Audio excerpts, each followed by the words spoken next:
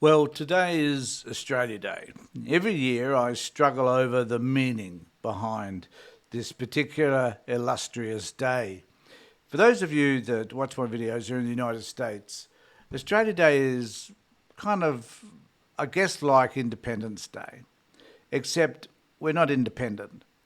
We still have an allegiance to the British Crown for reasons I still do not understand. But we certainly are independent in terms of having our own government and our own culture and our own way of viewing the world, and we're not reliant on Britain for any of that. But we still have a tie, we still have an attachment. So we haven't had that fight, that bloody battle with them in order to separate ourselves entirely from them, because so many Australians still believe that there's something to be had from being associated with a country that is some 12,000 kilometres away. But nevertheless, here we are, and again, on the 26th of January, we are forced to celebrate what some would call Australia Day and others would call Invasion Day. And today, I'm going to talk about what it means to me and some of the feedback we're getting from around Australia in relation to this illustrious day.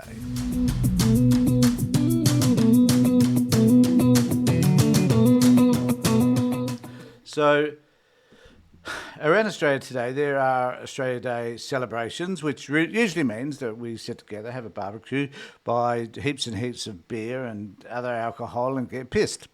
It's a beautiful day in most states in the world, in fact, here in Australia rather, and here in Adelaide today, South Australia, it's 36, 37 degrees, which is about 100 degrees in Fahrenheit. So we're sweltering, and I'm at home here in my studio with my air conditioning on, celebrating Australia Day as only I know how to celebrate it, which is by pondering what does it mean, who does it mean, who does it have meaning for, and why do we celebrate it at all? We don't have a specific day which is Indigenous Day, a day where we celebrate the first people of this country, and we don't consider and think about what we as a culture, what we as a invading people have done to Indigenous people. And for me, this is what we need to consider. Many articles have been written about whether or not it's appropriate or not for us to look back on our past and wonder what it is that we have done, except that we need to consider that the things that we've done in the past, from the day that the colonisers arrived here, have been damaging to and remain damaging to the Indigenous people. And I'm going to read an article in a moment, which was in the ABC, I think, written by a Gen X, and how she highlights, or he, I think it is, how he highlights what Australia Day means to him. I don't agree with all of the article, but I'm going to read some of it because I think some of it's quite pertinent. But I'm going to start with a statement or a beginning of a speech from Susan Lee, who is the deputy leader of the opposition, to give you a taste, I guess, as to what she thinks and the way her mental state is, the deranged values that she has in relation to this particular day. I just want to say, before I go there, could you please subscribe to my channel, ring the bell for further notifications, as there will be many videos to come. And so I'm going to just go to this particular article here. Now, in this on this particular piece, Susan says, and she's compared actually the arrival of the First Fleet with this of all things, Elon Musk's efforts to build a colony on Mars. And she delivered this, interesting enough, in a local church. Don't know what she's doing at church on a day. Oh, it's Sunday, so I guess that makes sense. Addressing the St Matthew's Australian Day Mass in Albury, Miss Lee insisted that British settlers did not land at Sydney Cove to destroy or to pillage. I'm not suggesting that that was their intent, but it is what they did. at the end, in my view, there's no disputing that they were there to destroy whatever was there, and that this notion of terra nullius, which was really about there not being any humans on this territory, on Australia, was relevant. That whatever they saw, whatever they discovered, would be fauna, but anything that represented a human being was really not a human being, or was not really of the same species as these white colonialists were. So what could be compared, this is what she said, what could be compared to Elon Musk's SpaceX's effort to build a new colony on Mars? Men in boats arrived on the edge of the known world to embark on the new experiment. Well, I think it's disgusting that she should compare this to Elon Musk to start with. And secondly, she's lost the plot and she goes on to say, and just like astronauts arriving on Mars, those first settlers would be confronted with a different and strange world full of danger, adventure, and potential. Now, let's just take this analogy a little bit further. Let's say that Elon Musk arrives on Mars and there are living species on Mars. They would be different because of the atmosphere. They'd have a different... they would have, if a language, they'd have a different language that we wouldn't be able to understand. That they may not look like humans, they may look differently. So let's take all of those features in effect. So because they were different in some form or another, Elon Musk and his crew would simply declare them to be non-existent or not worthwhile, or at least to eliminate them, while Elon Musk and his crew set about changing the atmosphere on Mars so that those people or those human beings or those creatures that were on Mars could not inhabit it anymore. That is, in a sense, what actually happened in Australia. That those colonising this country chose to do whatever they could to eradicate Indigenous Australians from the land. That is what they did. That is our history. There is no denying that. As much as Susan Lee may wish to think that the people that arrived here were like Musk's people arriving on Mars, as they were, what she fails to understand is the elimination of whatever species were there is what Musk would do. So it's a bad analogy and it's a stupid thing to say, but there again, Susan Lee says heaps and heaps of stupid things. And you'll find that around Australia, they're gathering in a whole host of different formats and different protests around Australia, that they're mourning and celebrating at the event. We've gathered in our thousands to rise and resist and come together to mourn the loss of life and culture, but also to celebrate our existence and our resistance as Aboriginal sovereign people of this land, said this particular Aboriginal woman. We were seeing now is that Indigenous issues are not just long-standing Indigenous struggles anymore. There are issues about race and class and colonialism and capitalism, which are affecting all our communities. More than 2,000 people gathered in Victoria's coastal town of Torquay before dawn for Pilpirin, a truth-telling event hosted by the Wadawurrung Traditional Owners Corporation and Surf Coast Shire Councils. So there are lots of these events happening around Australia. We need to come together to unite and hold the system accountable and stand together and come as one, said an Indigenous person in Sydney. So there's lots of things that there's lots of things that we need to do in order to make a change, and there are people endeavouring to make that change. Now, there's this article in Australian that I want to touch upon too, which I think's a really good article and tells us a little bit more about the way we could be thinking about this that is important.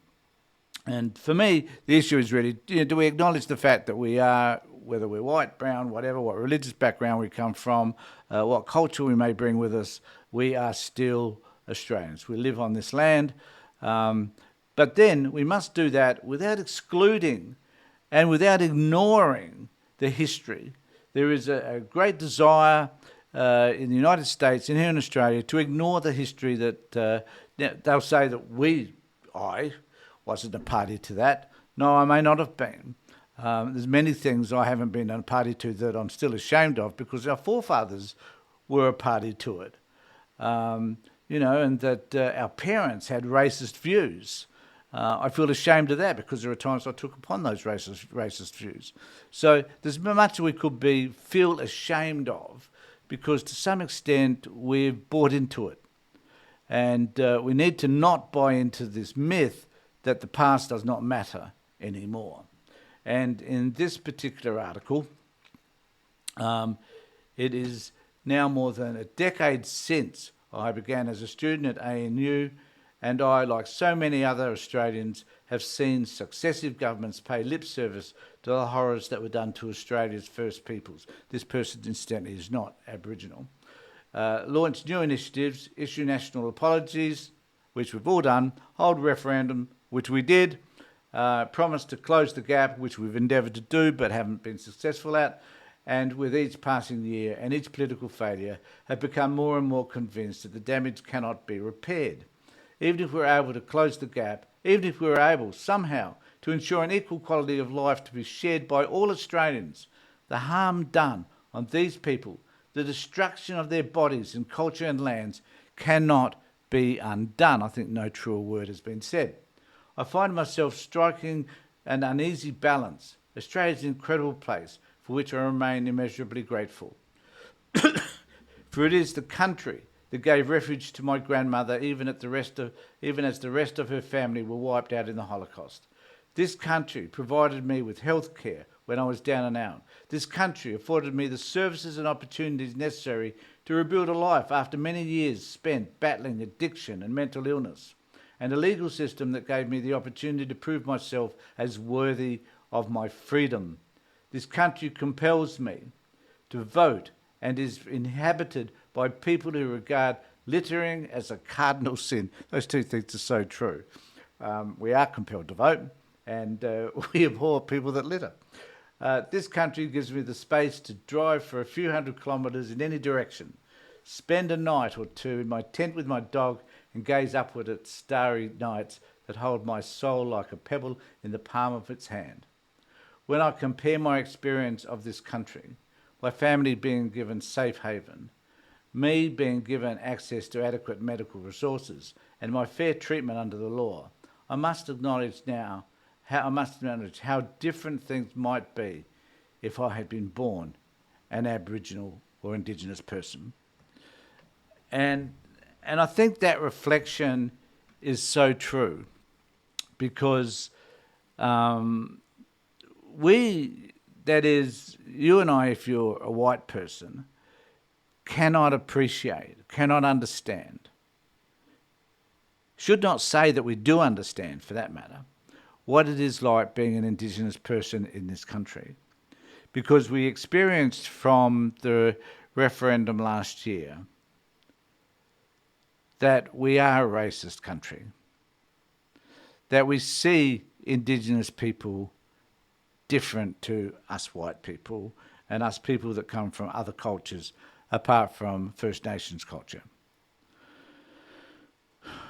We are unable, it seems to me, to accept that the ongoing damage that began when they planted that flag in Botany Bay would continue to damage the people who have been inhabiting the land for 60,000 years. It is shameful. Now, is there to be a balance between Australia Day and another day, an invasion day, or an acknowledgement of Indigenous culture? is there to be a time when we can perhaps do both. Now, I don't think Australia is the greatest country on earth. I haven't visited every other country, so I wouldn't know. We have wonderful opportunities here, but we have this one specific blight on our history. Now, it is true we cannot undo that. We can't change the history. But we could acknowledge the damage that it did 200 odd years ago. And we could start to acknowledge the damage it continued to do since then. And how we have failed as a nation to address those issues for Indigenous people. The fact that it was Invasion Day, in a sense, can be meaningless. Because, you know, we can easily accept that it was an invasion, which it was. There's no disputing that whatsoever. It was an invasion. Try and argue differently, but it was an invasion. That is easy to acknowledge. What seems to be harder to acknowledge is the continual damage we've done to First Nations people since then, and regretfully continue to do to this very day. As we watch the Liberal Party suggest that they're going to change and evaluate and audit the funding provided to Indigenous communities if they win power, which is really another way of saying we're going to limit the resources available to you. We'll talk you up. We'll say that we care about you, but then we'll take away everything that's been offered to you as well to help you, because we have stuffed up. And if they're failing to admit, as Susan Lee did in her speech, that they have, that us white people in particular have failed Indigenous people, and if we fail to accept that part of our history, we will never, ever be able to improve the lives of Indigenous people. We should do better. Let me know what you think in the section below. Please subscribe to our channel, ring the bell, all that sort of stuff.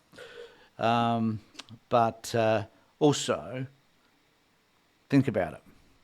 What does Australia Day mean to you? What does it really mean? What do you think about on Australia Day? Let me know in the comments section below. That would be absolutely fantastic. In the meantime, take care, look after yourselves, and more importantly, be safe.